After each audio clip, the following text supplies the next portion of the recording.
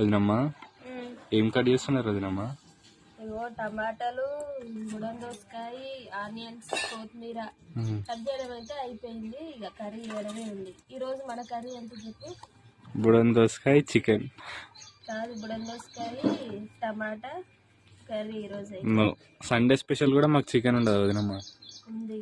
ఈ రోజు అయితే మా కూర వచ్చేసి బుడం దోసకాయ చికెన్ అన్నట్టు. మీకు ఎంతో మందికి ఇష్టం మరి ఈ దోసకాయలు కాకుండా చిన్నప్పుడు చేనులలో పచ్చి చేనులలో అయితే చేదు దోసకాయలు అనేవి ఉండేవి. వాటితో పచ్చడి చేస్తే అయితే మస్తు ఉంటుంది. మీకు ఎంతమంది తెలుసు మరి ఆ చిన్న దోసకాయలు కొంచెం చిన్నగా ఉంటాయి అవి అయితే వాటితోనైతే చాలా బాగుంటుంది పచ్చడి. మీరు చేసుకురా మరి ఎప్పుడైనా పచ్చడి?